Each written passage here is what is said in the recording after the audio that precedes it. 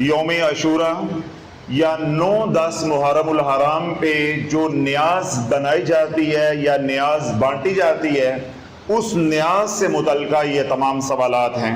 ان کا پہلا سوال یہ ہے کہ نیاز کیا ہے، دوسرا ان کا سوال یہ ہے کہ 9-10 محرم الحرام کو نیاز بنانا اور تقسیم کرنا کیا جائز ہے، تیسرا سوال ہے نیاز کس چیز کی بنانا افضل ہے، چوتھا سوال ہے نیاز کے بارے میں کوئی قرآن و حدیث کا حوالہ مل سکتا ہے، پانچواں اور آخری سوال ان کا یہ ہے نیاز کا کیا اجر و ثواب ہے۔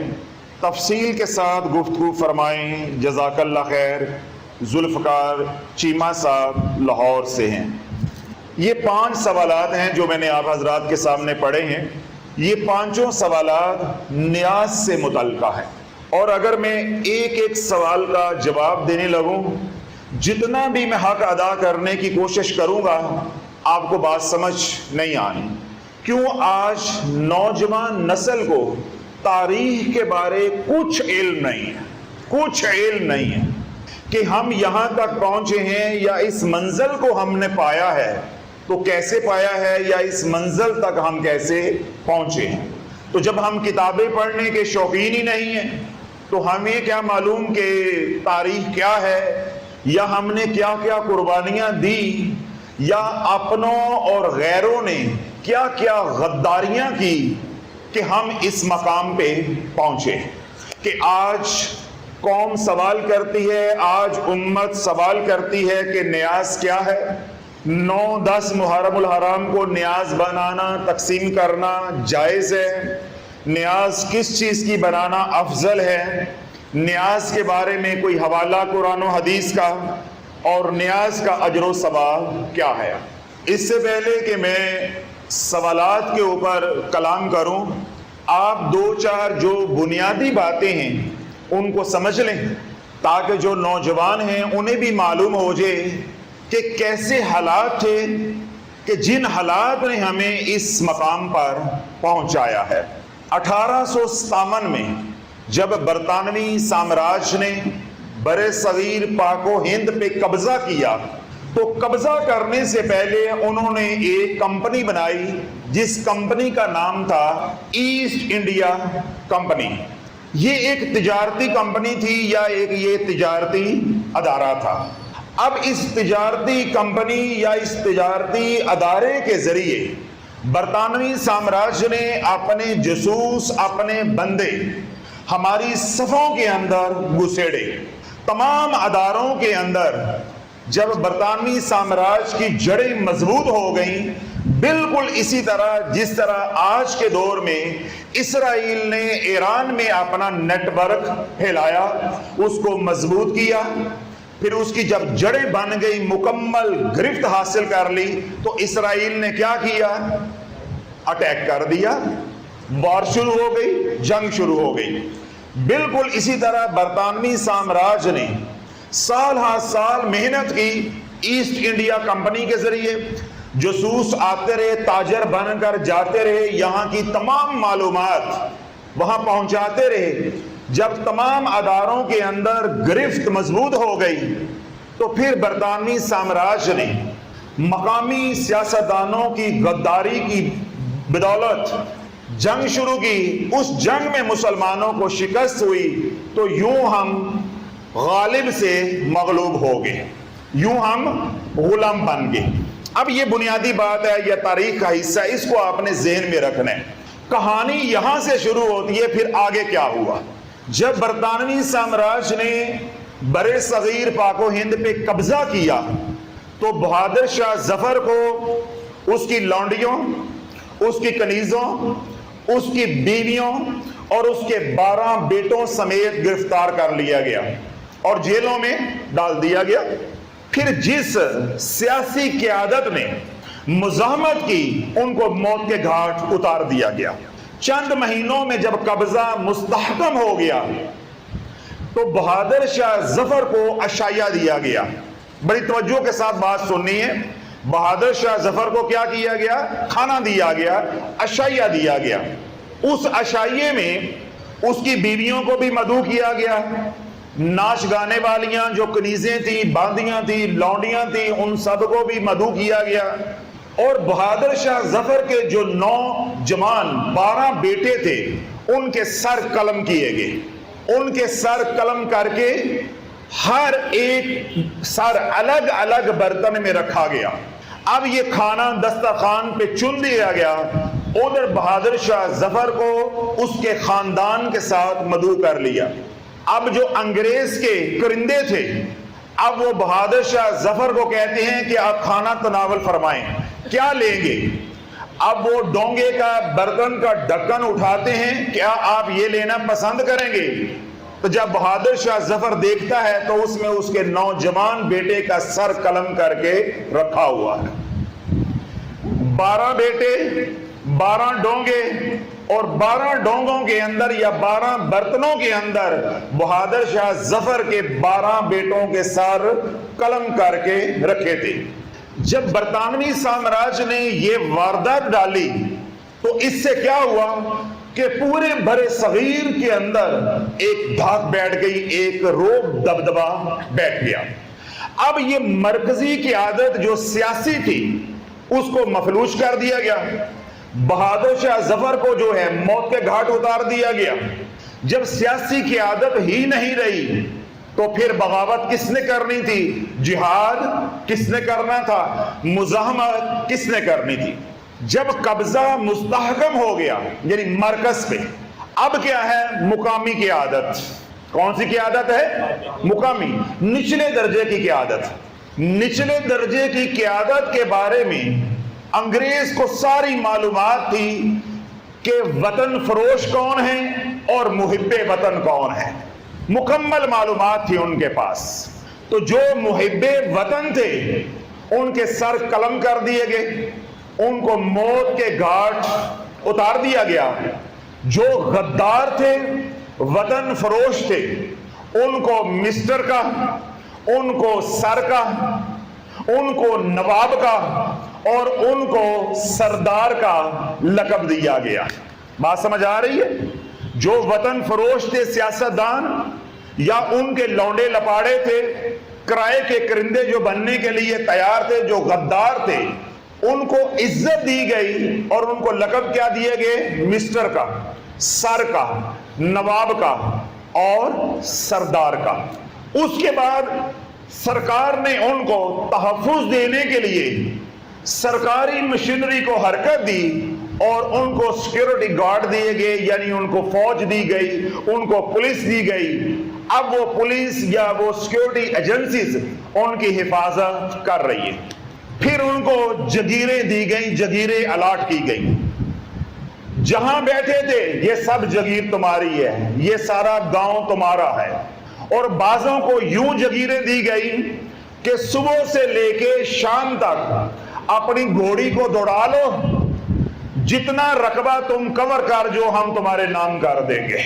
یہ ہیں مسٹر، یہ ہیں سر، یہ ہیں نواب اور یہ ہیں سردار۔ کہانی سمجھ آ گئی؟ دوسری بات بھی میں آپ کو بتا دوں، جو آج کے دور میں آپ کو کہتے ہیں کہ میری 200 مربع زمین ہے، میری 400 مربع زمین ہے، اب آپ کو سمجھ آ گئی ہے کہ ان کے بڑوں کو کیسے ملی ہے۔ اور کچھ ایسے تھے کہ جن کو پاکستان بننے کے بعد جگیریں ملیں۔ ہم ابھی بات کر رہے ہیں 1857 کی، اور کچھ کو جگیریں ملی ہیں پاکستان بننے کے بعد۔ یہ کون لوگ تھے؟ یہ وہ لوگ ہیں جو مہاجر بن کر آئے، وہاں پہ یہ رساگیر تھے، شاطر لوگ تھے، اور دنیاوی لحاظ سے یہ خوش قسمت بھی تھے کہ یہ اپنے خاندان کو سالم لے کر کسی نہ کسی مقام پہ یعنی پاکستان میں پہنچ گئے۔ انہوں نے پھر جہاں اپنے خاندان کے ساتھ قبضہ کیا، انہوں نے وہ علاقہ اپنے نام الاٹ کروا لیا۔ تو کچھ جگیردار پاکستان میں یوں بنے ہیں، لیکن جو بڑے بڑے جگیردار ہیں یہ سب کے سب غدار ہیں، ان کے آباؤ اجداد بھی غدار ہیں، آج بھی ان کی اولادیں سامراج کے لیے کام کرتی ہیں، آج بھی غدار ہیں، غدار ابن غدار ہیں۔ بات سمجھ آ گئی؟ اب یہ ہے سیاسی قیادت کا انجام۔ اب جب سیاسی قیادت مکمل طور پہ سامراج کے شکنجے میں کس دی گئی، پیچھے رہ گئی دینی قیادت۔ یہاں سے آپ کو بات سمجھنی ہے، پھر ان تمام سوالوں کے جواب سننے کا بھی مزہ آئے گا اور آپ کو سمجھ بھی آئے گی۔ اب سیاسی قیادت کیا ہو گئی ہے؟ ساری کی ساری مفلوج۔ جو مزاحمت کرنے والے تھے، محب وطن تھے، ان کے سر قلم کر دیے گئے۔ جو وطن فروش تھے، غدار تھے، ان کو خرید لیا گیا۔ جس طرح میں نے کہا کہ ان کو جگیریں الاٹ کر دی گئی، ان کے وظیفے مقرر کر دیے گئے، پھر اپنی طوائفوں کو بھیجا گیا کہ جاؤ ان کے ساتھ شادیاں رچاؤ۔ پھر سرداروں نے، نوابوں نے، مسٹر نے اور سر نے گوریوں کے ساتھ شادیاں رچائی۔ اب یہ کل سٹیٹس ہے جو میں نے آپ کے سامنے سیاستدانوں کا کھول کے رکھ دیا ہے، یا سیاسی قیادت کا کھول کے رکھ دیا ہے۔ اب پیچھے رہ گئی دینی قیادت۔ سب سے زیادہ خطرناک یہ ہے کیونکہ انہوں نے ہی امت کو ابھارنا تھا، قوم کو قوم بنانا تھا اور جہاد کے لیے تیار کرنا تھا۔ جس طرح سیاستدانوں کے بارے میں تمام معلومات سامراج کے پاس تھی، اسی طرح دینی قیادت کے بارے میں بھی تمام معلومات سامراج کے پاس تھی۔ ان کو بھی انہوں نے سیاستدانوں کی طرح دو حصوں میں تقسیم کیا۔ جو متقی پرہیزگار تھے، مخلص تھے، حضور کے غلام تھے اور دین مصطفیٰ علیہ السلام کی خدمت کر رہے تھے، حضور کی ناموس پہ پہرا دے رہے تھے، ان کے سر قلم کر دیے گئے۔ خانقاہوں سے مشائخ کو گھسیٹ کر نکالا گیا، مساجد سے، مدارس سے علماء کو، اساتذہ کو گھسیٹ کر نکالا گیا۔ لکھنؤ اور دہلی جیسے جو بڑے شہر ہیں، ان کے جی ڈی روڈ پر کوئی ایک درخت نہیں بچا تھا کہ جہاں کسی عالم دین کو اور پیر طریقت کو پھانسی کے گھاٹ نہ لٹکایا گیا ہو۔ ایک درخت نہیں بچا تھا۔ یعنی مثال دینے کے لیے بھی اتنے بڑے شہر کے جی ڈی روڈ پہ کوئی درخت نہیں تھا کہ اس درخت پہ کس کو پھانسی نہیں دی گی، یا یہ درخت اس کام کے لیے استعمال نہیں ہوا۔ اب یہ جو علماء حق ہیں یا علماء ربانی ہیں، مشائخ ہیں، یہ تو یوں موت کی بھیڑ چڑھ گئے۔ باقی کون رہ گئے؟ سرکاری مولوی اور ڈبہ پیر۔ دنیا کے مارے، دنیا کے حریص، یہ جو دینی طبقہ ہے، جب یہ باقی رہ گیا، اس میں کون ہے؟ ایک ہے مولوی جو دنیا کے حریص ہے، اور دوسرے کون ہیں؟ خانقاہی لوگ، طریقت کے لوگ۔ جو طریقت کے لوگ تھے ان کو دربار الاٹ کر دیے گئے، بڑے بڑے درباروں کے متولی ان کو بنا دیا گیا۔ یہ جو آج آپ کو کہتے ہیں کہ میرا خاندان نسل در نسل فلاں دربار یا فلاں صاحب مزار کے خاندان سے تعلق رکھتا ہے، ہم متولی چلے آ رہے ہیں، نہیں، یہ سب جھوٹ ہے، یہ سب جھوٹ ہے۔ ان کا اولیاء اللہ کے ساتھ یا صاحب مزار کے ساتھ کوئی خون کا رشتہ نہیں ہے، یہ انگریز کے بٹھائے ہوئے ہیں۔ ان کی زبانیں بند کی گئی کہ ہم تمہیں دربار دے دیتے ہیں، متولی بنا دیتے ہیں، تم چندہ اکٹھا کرو، خود بھی کھاؤ اور ہمیں بھی کھلاؤ۔ ان کو مطمئن کر دیا گیا۔ باقی کون بچے؟ مولوی۔ مولویوں کو سرکاری مساجد میں ملازمتیں دے دی گئی کہ جو ہم کہیں گے وہ تم بولو گے۔ ساری کہانی سمجھ آ گئی؟ سیاسی قیادت کا انجام بھی آپ کو سمجھ آ گیا، اور جو دینی قیادت تھی اس کا انجام بھی آپ کو سمجھ آ گیا کہ کس طرح دینی قیادت کو حصے بکھرے کیا گیا۔ جو اہل حق تھے ان کو موت کے گھاٹ اتار دیا گیا، اور جو وطن فروش تھے، دین فروش تھے، ان کو ہماری مساجد میں مسلط کر دیا گیا یا درباروں پہ متولی بنا کر مسلط کر دیا گیا۔ ساری بات سمجھ آ گئی؟ اب اللہ والو، یہ جو کلمہ ہے، یہ جو ایمان ہے، جب یہ اندر اتر جاتا ہے، اس کا ایک اپنا رنگ ہے۔ وقتی طور پہ حالات کی وجہ سے آپ دب تو سکتے ہیں، مگر ہمیشہ کے لیے اسے دبایا نہیں جا سکتا۔ اب اعلیٰ قیادت کو کالے پانی کی سزا دے دی گئی، موت کے گھاٹ اتار دیا گیا۔ جو علماء اس وقت زیر زمین چلے گئے یا موت کی بھیڑ چڑھنے سے بچ گئے، انہوں نے کیا کیا کہ 3-4 سال کے بعد مدارس کا نیٹ ورک بنانا شروع کر دیا، کیونکہ علماء حفاظ شہید ہو گئے اتنے، تو جب علماء ہی نہیں ہوں گے، حفاظ ہی نہیں ہوں گے، مساجد کا نظام کیسے چلے گا، دین کیسے پھیلے گا، پیغام جہاد کا کیسے پھیلے گا؟ تو علماء نے دن رات محنت کر کے اپنی بستیوں میں، اپنی وادیوں میں، اپنے قصبوں میں مدارس کا نظام شروع کر دیا یا مدارس بنانے شروع کر دیے۔ بات سمجھ آ رہی؟ مدارس بنانا شروع کر دیا۔ جب مدارس بنانا شروع کر دیے تو گورا یعنی انگریز پریشان ہو گیا کہ مسلمان اب دوبارہ سر اٹھانا شروع ہو گئے، اب ان کے ساتھ ہم نے کیا کرنا ہے؟ یہ ہے کہانی، یہاں سے آپ نے بات دل کے کانوں کے ساتھ سننی۔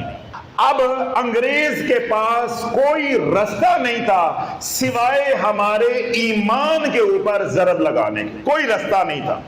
وہ جتنوں کو مار سکتے تھے وہ مار چکے تھے، اب وہ مزید لوگوں کو مار بھی نہیں سکتے تھے۔ کیوں؟ اگر مارتے تھے تو عوام الناس کے اندر اتنی نفرت انگریز کے خلاف آ چکی تھی کہ عوام اٹھ کھڑی ہوتی تھی، اب مارنا بھی ممکن نہیں تھا۔ اب کیا کیا؟ اب انگریز نے کیا کیا؟ برے صغیر پاک و ہند کے اندر صرف اہل سنت تھے، حضور سے پیار کرنے والے، اولیاء اللہ کے جوتے اٹھانے والے۔ مزہ نہیں آیا؟ میں نے فکرہ دیا ہے، آپ کو سمجھ نہیں آئی۔ برے صغیر پاک و ہند کے اندر جو مسلمان تھے وہ کون تھے؟ اہل سنت، راسخ العقیدہ، حضور سے ٹوٹ کر پیار کرنے والے، درود پڑھنے والے، محبت کرنے والے، اور اولیاء اللہ کے جوتے اٹھا کر ان کے پیچھے چلنے والے۔ اب انہوں نے کیا کیا کہ نجد سے، جس کو آج سعودی عرب آپ کہتے ہیں، نجد سے انہوں نے وہابیت کو درآمد کیا۔ کیا کیا؟ وہابیت کو درآمد کیا۔ کیوں؟ جو وہابیت ہے وہ پودا بھی برطانوی سامراج کا لگایا ہوا، اب اس وہابیت کو یہاں امپورٹ کیا گیا، درآمد کیا گیا، اور اس کے اوپر مقامی مسالہ ڈالا گیا، یعنی روایات کو اس کے اندر جو ہے وہ ڈالا گیا، گھسیڑا گیا، اس کی تھوڑی سی شکل بدلی گئی، اس شکل کو بدل کر اس کو نام دیا گیا کہ یہ اہل حدیث ہے، یہ اہل حدیث ہے۔ کیوں؟ جب وہابیت یہاں آئی، میں نے کیا کہا کہ یہاں کے مسلمان حضور علیہ الصلوۃ والسلام سے پیار کرنے والے تھے، اہل سنت تھے، کیونکہ یہاں پہ اولیاء اللہ نے اسلام کی روشنی پھیلائی تھی، اولیاء اللہ سے پیار کرنے والے تھے، انہوں نے وہابیت کو قبول نہیں کیا۔ جیسے مسلمان برے صغیر کے انگریز سے نفرت کرتے تھے، ایسے ہی وہابیت سے نفرت کرتے تھے۔ اللہ والو دل کے کانوں سے سنیے گا کہ آپ کو چوٹ کیا ماری گئی۔ پھر سامراج کے ایجنٹوں نے درخواست دی انگریز کو کہ لوگ ہمیں نفرت کی نگاہ سے دیکھتے ہیں، وہابیت سے نفرت کرتے ہیں، تو لہٰذا ہمیں وہابی نہ کہا جائے اور نہ لکھا جائے، بلکہ ہمیں اہل حدیث کہا جائے اور اہل حدیث لکھا جائے۔ تو یوں یہ لوگ اہل سنت کے اندر جذب ہو گئے، اہل سنت کے اندر جذب ہو گئے۔ یہ پہلی درآمد ہے، یہ پہلی امپورٹ ہے، یہ پہلی شپمنٹ ہے جو برے صغیر میں پہنچی۔ اس کے بعد انہوں نے ایران سے شیعت کو درآمد کیا۔ کس کو درآمد کیا؟ شیعت کو درآمد کیا۔ جب شیعت کو برے صغیر میں برطانوی سامراج نے درآمد کر لیا، اب اس کی نوک پلک درست کی، مقامی رسومات کو شامل کیا، داخل کیا، لوکل مسالہ ڈالا، تھوڑی سی اس کی حیت بدل گئی، اور اگلی چال کیا چلی کہ امام بارگاہیں الگ بنائی گئی۔ مزہ نہیں آ رہا، مزہ نہیں آ رہا۔ آج اگر میں تاریخ پہ بیان کرنا شروع ہی ہو گیا ہوں تو آپ خشک مزاج آ گئے۔ انہوں نے چال کیا چلی کہ امام بارگاہیں الگ بنائیں اور کربلائیں الگ بنائیں۔ اب امام بارگاہ سے جلوس نکالا جائے گا، کربلا پہ جا کے احتتام پذیر ہوگا۔ کیوں ہوگا؟ یہ سارا کام انڈور بھی ہو سکتا تھا، جہاں پہ امام بارگاہ ہے وہیں پہ کربلا بھی بنائی جا سکتی تھی ساتھ ہی، جس طرح ہماری خانقاہوں میں مسجد بھی ہوتی ہے، مدرسہ بھی ہوتا ہے، جنازہ گاہ بھی ہوتی ہے، اور خانقاہ کے لیے لنگر خانہ بھی ہوتا ہے، آل ان ون بھی تو ہوتا ہے، ایک کمپوزٹ نظام ہوتا ہے، ایک کمپاؤنڈ ہوتا ہے۔ تو تب بھی تو یہ امام بارگاہ اور کربلا اکٹھی بنائی جا سکتی تھی۔ کیوں نہیں بنائی؟ کوئی جواب ہے آپ کے پاس؟ کیوں نہیں بنائی؟ کیوں؟ اگر امام بارگاہ اور کربلا کو اکٹھا بناتے، یہ شیعت اندر کی اندر ہی رہ جاتی، یہ شیعت اندر کی اندر ہی رہ جاتی۔ اس کو بازاروں میں گھمایا گیا جلوس کی شکل میں، امام بارگاہ سے جلوس نکالو، کربلا میں پہنچاؤ۔ اگلی سازش اہل سنت کے ساتھ کیا کی گئی؟ شیعت کو، اہل تشیع کو جو جلوس کے پرمٹ ہیں، لائسنس ہے، وہ نہیں دیے گئے۔ آپ سمجھ رہے ہیں کہ شیعوں کے پاس لائسنس ہے، یہ لائسنس اہل سنت کو دیے گئے۔ اہل تشیع جلوس ان کے ہیں، رستہ کون دے گا؟ اہل سنت۔ تم بھی کماؤ، تم بھی کماؤ، دونوں کماؤ، خود بھی کھاؤ اور ہمیں بھی کھلاؤ۔ آج بھی ملتان میں 100 سے زیادہ لائسنس جو ہیں اہل سنت کے پاس۔ آپ جس شہر سے بھی آئیں، آپ جا کر تحقیق کیجئے گا، اہل تشیع کے پاس جلوس کے لائسنس آج بھی نہ ہونے کے برابر ہے۔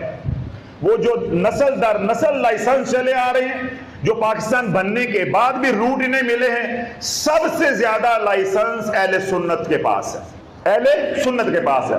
جب جلوس نکلے، ان جلوسوں کا نفع کیا ہوا کہ دیکھا دیکھی اہل سنت اہل تشیع بنتے گئے۔ میں نے کیا کہا تھا کہ اگر کربلا اور امام بارگاہ اکٹھی کر دی جاتی، یہ اندر کے اندر ہی رہ جاتے۔ ان کو سڑکوں پہ لایا گیا، اظہار کروایا گیا، اہل بیت کی محبت کا پرچار کروایا گیا، تو اہل سنت کو ورگلایا گیا، ورگلا کو ان کو اہل تشیع میں بدلا گیا۔ کتنی وارداتیں ہو گئی؟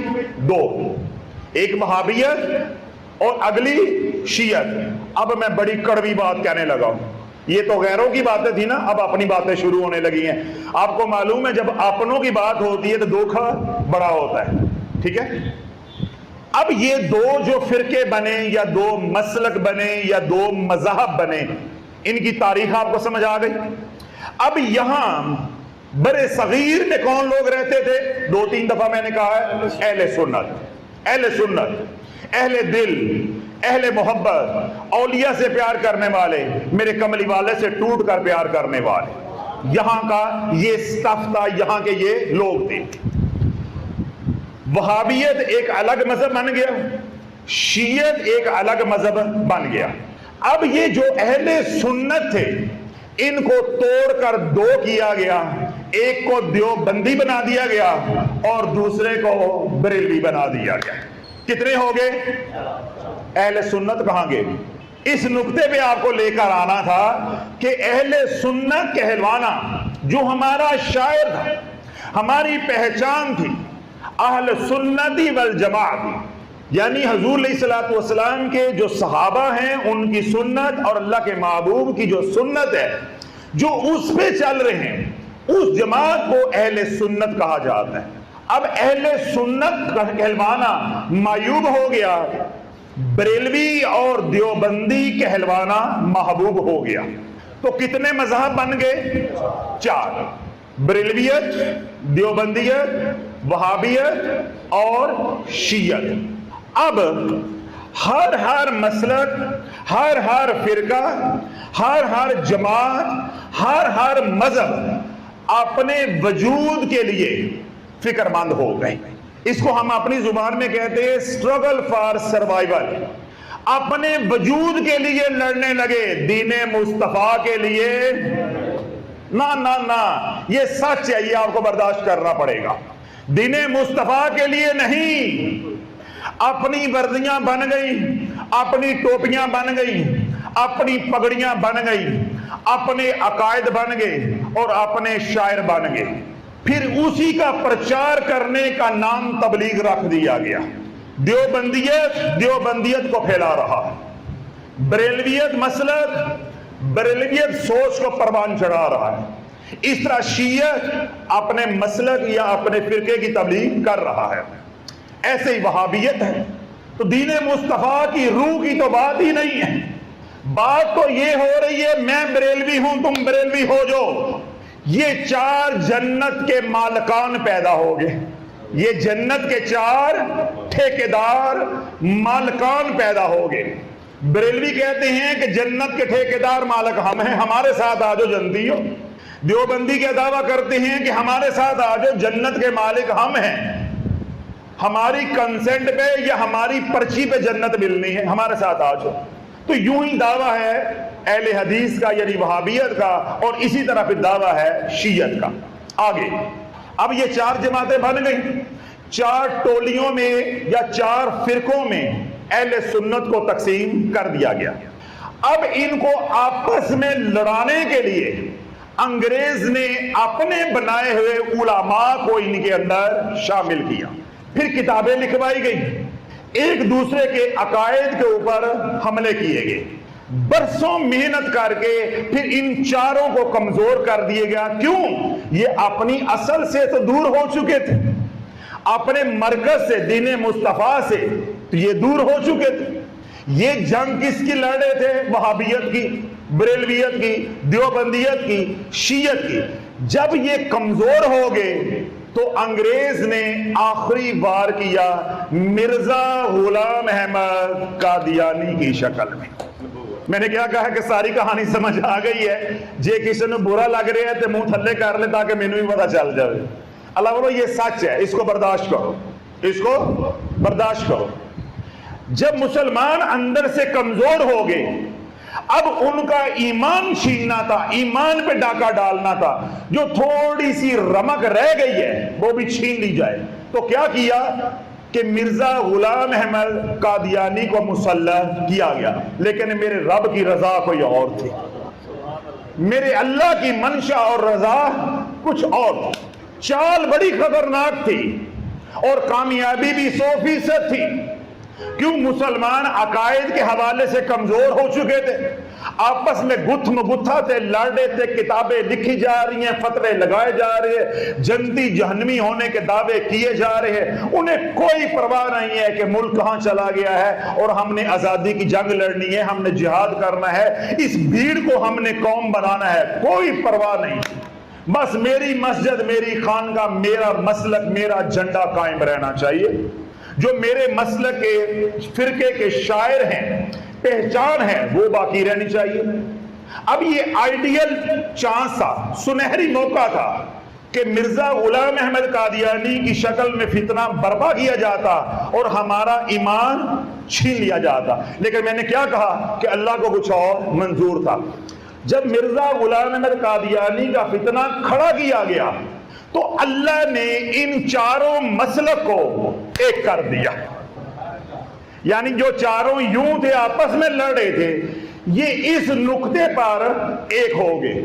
اللہ والو اگر یہ ایک نہ ہوتے تو آج یہاں ایک بھی نہ ہوتا۔ میں نے شروع میں کیا بات کہی تھی کہ آج کی نوجوان نسل کو معلوم ہی نہیں ہے کہ ہم یہاں تک کیسے پہنچے ہیں۔ تو میں نے ابھی اس کا جواب دیا ہے کہ اگر یہ چاروں مسالک اس وقت ختم نبوت کے مسئلے پہ، ناموس رسالت کے مسئلے پہ ایک نہ ہوتے تو آج یہاں ایک بھی نہ ہوتا، آج یہاں ایک بھی نہ ہوتا۔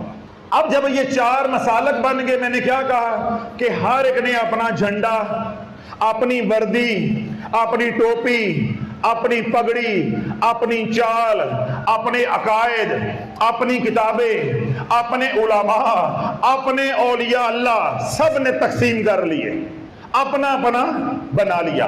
اب یہاں سے ان سوالات کے جوابات شروع ہوں گے۔ اہل سنت کہاں گیا؟ کھو گیا۔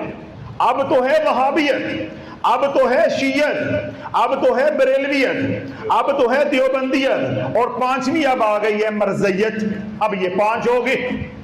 اہل سنت کی تو بات ہی نہیں ہے۔ اب جو بات کرتا ہے اپنے مسلک کی کرتا ہے، اپنی پہچان کی کرتا ہے۔ اب شیعت نے اپنے آپ کو منفرد کرنے کے لیے ان چاروں سے جو اہل سنت کے ہاں قرآن و حدیث میں لفظ استعمال ہوا ہے یا ہوتا ہے صدقہ اور خیرات کا، اس کو میں نے کیا کہا کہ مقامی مسالہ ڈالا، مقامی زبان میں اس کا ترجمہ کیا، اور صدقہ اور خیرات کا نام رکھ دیا نیاز۔ صدقہ اور خیرات کا نام رکھ دیا نیاز۔ بریلویوں نے اس کا نام رکھ دیا نظر و نیاز۔ زیادہ کھل گئے آج ہیں۔ اہل تشیع نے اس کا نام رکھ دیا صدقہ اور خیرات کا نیاز، تو بریلویوں نے اس کا نام رکھ دیا نظر و نیاز۔ دیوبندیوں نے اس کا نام رکھ دیا چندہ، چندہ ماموں۔ کیا نام رکھ دیا؟ چندہ۔ یعنی صدقہ خیرات کا نام نہیں لینا، مدرسے کے لیے چندہ دو، چندہ دو، چندہ دو۔ اور جو وہابیت ہے اس نے اس کا نام رکھ دیا ڈونیشن۔ اس کا کیا نام رکھ دیا؟ ڈونیشن۔ اردو میں کیا کہیں گے؟ ہدیہ۔ اس کا کیا نام رکھ دیا؟ ہدیہ۔ اب اللہ والو، ہدیہ اور چیز ہے، چندہ اور چیز ہے، نظر و نیاز اور چیز ہے، پائی نیاز اور چیز ہے۔ تو صدقہ خیرات کہاں گم ہو گیا؟ کوئی معلوم نہیں ہے۔ اللہ والو، بنیادی طور پہ یہ جو نیاز ہے یہ صدقہ ہے، یہ صدقہ ہے۔ اہل تشیع نے اس صدقے کو یا خیرات کو یا سبیل کو نام دے دیا ہے یا تعبیر کیا ہے نیاز سے۔ اب میرا سوال یہ ہے کہ نیاز کیا ہے؟ یہ جو ذوالفقار چیمہ صاحب ہیں ان کا پہلا سوال ہے کہ نیاز کیا ہے۔ اتنا تفصیلی جواب آج تک کہیں سنا تھا؟ اتنا تفصیلی جواب دے دیا ہے کہ یہ صدقہ خیرات نیاز کیسے بنے ہیں، نیاز کیسے بنے ہیں۔ یہ صدقہ اور خیرات ہے، صرف اپنی دکانداری کے لیے، اپنی پہچان کے لیے اس کو نام دے دیا گیا ہے نیاز کا۔ ایک پہچان بن گئی، ایک پہچان بن گئی۔ اب ان کا اگلا سوال ہے 9 یا 10 محرم الحرام کو نیاز بنانا اور تقسیم کرنا کیا جائز ہے؟ میں نے کیا کہا تھا، اگر آپ بنیاد سمجھ لو گے آپ تمام سوالوں کے جوابات خود دیتے جاؤ گے۔ اگر تو نیاز ہے صدقہ، 9-10 محرم کو دو یا 20-21 محرم کو دو، 1 محرم کو دو یا 29 محرم الحرام کو دو، صدقہ دن میں دو یا صدقہ رات میں دو، صدقہ دکھلا کر دو یا صدقہ مخفی دو، ہر لمحہ ہر جگہ ہر بندے کے لیے جائز ہے جو صاحب مال ہے، جو صاحب مال ہے۔ اگر تو نیاز ہے صدقہ، جس طرح میں نے آپ کو سمجھایا، تو صدقے کے بارے میں کیا پوچھنا؟ صدقہ تو خوشی سے اپنا مال اللہ کی رضا کے لیے خرچ کرنا ہے، جو مصارف بتائے گئے ہیں، غریب ہیں، یتیم ہیں، مسافر ہیں، مدارس کے بچے ہیں، بیوائے ہیں، یتیم ہیں، ان کے اوپر خرچ کرنے کا شریعت نے حکم دیا ہے، اللہ نے حکم دیا ہے۔ اب صدقے کو نیاز کہا جائے یا نیاز کو صدقہ کہا جائے، یہ بات ایک ہی ہے، صرف کوئی کان ادھر سے پکڑ ہے، کوئی ہاتھ یوں گھما کر ادھر سے پکڑ ہے، بات ایک ہی ہے۔ تو نیاز کیا ہے؟ بنیادی طور پہ صدقہ۔ یہ پہلے سوال کا جواب ہو گیا۔ دوسرا انہوں نے پوچھا تھا کہ 9-10 محرم الحرام کو نیاز بنانا اور تقسیم کرنا جائز ہے۔ اب میرا سوال یہ ہے کہ صدقہ کرنا جائز ہے؟ جائز ہے۔ تو اس کا کیا مطلب ہے کہ نیاز دینا اور نیاز کھانا جائز ہے، نیاز دینا اور نیاز کھانا جائز ہے۔ اب یہاں انہوں نے ایک سوال نہیں کیا، میں خود کر دیتا ہوں، کیا مولا علی اور مولا حسین کی نیاز بنانا جائز ہے؟ اگر تو نیاز کے معنی وہی ہیں جو میں کر رہا ہوں یا میں تعبیر کر رہا ہوں کہ صدقہ ہے، تو صدقہ کسی کی طرف سے بھی دیا جا سکتا ہے، صحابہ کی طرف سے دیں، انبیاء علیہ السلام کی طرف سے خیرات کریں، اولیاء اللہ صالحین کی طرف سے خیرات کریں، امت کی طرف سے خیرات کریں، مرشد کی طرف سے خیرات کریں، اپنے ماں باپ کی طرف سے خیرات کرے، جس طرح ہم حضور علیہ الصلوۃ والسلام کی طرف سے قربانی کرتے ہیں۔ تو جب ہم کملی والے کی طرف سے قربانی کر سکتے ہیں تو خیرات نہیں کر سکتے، لنگر نہیں چلا سکتے۔ تو اس لیے مولا علی کی نیاز ہو یا امام جعفر صادق رحمت اللہ علیہ کی نیاز ہو، اور اسی طرح مولا حسین اور حسن یعنی حسنین کریمین کی نیاز ہو، اگر تو نیاز ہے صدقہ تو ہر طرح جائز ہے، کھانا بھی اور کھلانا بھی، کھانا بھی اور کھلانا بھی۔ اب یہاں پہ اشکال پیدا ہو سکتا ہے، کیونکہ جب میں لفظ استعمال کر رہا ہوں صدقہ تو آپ ڈر رہے ہیں کہ حضرت صاحب صدقہ کیسے کھا سکتے ہیں؟ بھائی یہ نفلی صدقے کی بات ہو رہی ہے، واجب کی بات نہیں ہو رہی۔ یہ نفلی صدقہ ہے جس کو خیرات کہا گیا ہے۔ جس طرح لنگر آپ کھاتے ہیں، یہ آپ کا ہی پیسہ ہے، آپ کے پیسوں سے پکتا ہے، اللہ کی رضا کے لیے پکتا ہے، اللہ کے نام پہ پکتا ہے، اور آپ لوگ کھاتے ہیں، ہم بھی ہاتھ صاف کر لیتے ہیں، تو سبھی کھاتے ہیں۔ یہاں آل رسول بھی آئے ہوتے ہیں، سادات بھی آئے ہوتے ہیں، وہ بھی کھاتے ہیں، ہمارے جیسے نعمانے بھی کھاتے ہیں، اور اچھے لوگ محمد خان صاحب کی طرح جو آئے ہوتے ہیں وہ بھی کھاتے ہیں، وہ بھی کھاتے ہیں، سب لوگ کھاتے ہیں۔ تو یہ خیرات صدقہ ایک ہی بات ہے، اسی طرح خیرات صدقہ اور نیاز ایک ہی بات ہے۔ ہاں جب صدقہ واجب ہوگا وہ آل رسول نہیں کھا سکتے، وہ ہم لوگ بھی نہیں کھا سکتے، اس کے مصارف وہی ہیں جو زکوٰۃ والے ہیں، جو مستحق ہے ان کو پہنچانا ضروری ہوتا ہے۔ آگے ہے جی سوال نمبر 3، نیاز کس چیز کی بنانا افضل ہے؟ ہر اس چیز کی نیاز بنانا یا ہر اس چیز کا صدقہ دینا افضل ہے جس کی دل اجازت دے؟ پہلی بات، ہر وہ نیاز یا ہر وہ صدقہ افضل ہے جس کا سائل سوال کرے یا سائل کی ضرورت ہو۔ اب میں اس کا جواب دیتا ہوں، اس کی دلیل دیتا ہوں۔ آپ کے در پہ ایک نوجوان آتا ہے، دستک دیتا ہے، آپ باہر نکلتے ہیں، وہ سوال کرتا ہے، جولی پھیلاتا ہے، وہ کہتا ہے کہ میری ماں ہسپتال میں داخل ہے، مجھے ادویات کی ضرورت۔ آپ اسے کہتے ہو کہ ہم نے حلیم بنائی ہے، حلیم کھا لو۔ اب یہ حلیم بھی صدقہ ہے، نیاز ہے، خیرات ہے، مگر سائل کی ضرورت کیا ہے؟ ادویات ہے۔ اب اس وقت ہمیں سائل کو ادویات لے کر دینی ہے یا نقدی دے دے کہ وہ خود جا کے ادویات خریدے۔ تو سب سے افضل صدقہ وہ ہے جو آپ دل سے دیں، اور اس کے بعد سب سے افضل صدقہ وہ ہے جو سائل سوال کرے اور آپ اس کا سوال پورا کرنے کی قدرت رکھتے ہو تو اس کا سوال کو پورا کرو، تو اس کے سوال کو پورا کرو۔ سردی ہے، آپ کے در پہ دستک ہوتی ہے آدھی رات کو 11 بجے 12 بجے 1 بجے، دھند پڑی ہوئی ہے، ایک خاتون ہے، وہ آ کر کرلاتی ہے، روتی ہے کہ میرے بچے یتیم ہیں، بدن ڈھانپنے کے لیے کپڑے نہیں ہیں، لحاف نہیں ہے۔ آپ اس کو کہو کہ ہم نے گھر میں نیاز پکائی ہوئی ہے، نیاز کھا لو، کہنے کو وہ بھی صدقہ ہے، مگر سائل کی ضرورت کچھ اور ہے۔ اب اس وقت کپڑے دینا زیادہ افضل ہے، لحاف لے کر دینا زیادہ افضل ہے، مرغی دینا، مرغا دینا، بکرا دینا، نیاز بنانا، حلیم بنانا یا حلیم بنا کے کھلانا افضل نہیں ہے۔ اس کا فیصلہ کرے گی صورتحال کہ سائل کا سوال کیا ہے۔ سمجھ آئی بات؟ یہ 3 سوالات ہو گئے۔ چوتھا ان کا سوال یہ ہے کہ نیاز کے حوالے سے قرآن و حدیث کا کوئی حوالہ مل سکتا ہے؟ بھائی اگر نیاز ہے صدقہ تو صدقے کا تو حکم ہے قرآن میں بھی اور ترغیب ہے حدیث پاک میں بھی، جتنے مرضی حوالے آپ لے لو۔ اللہ رب العزت قرآن مجید فرقان حمید میں کیا بات ارشاد فرماتا ہے، بلکہ اگلا سوال بھی ان کا اسی طرح کا ہے کہ نیاز کا کیا اجر و ثواب ہے۔ ان تمام سوالات پر گفتگو فرمائیں، جزاک اللہ خیر۔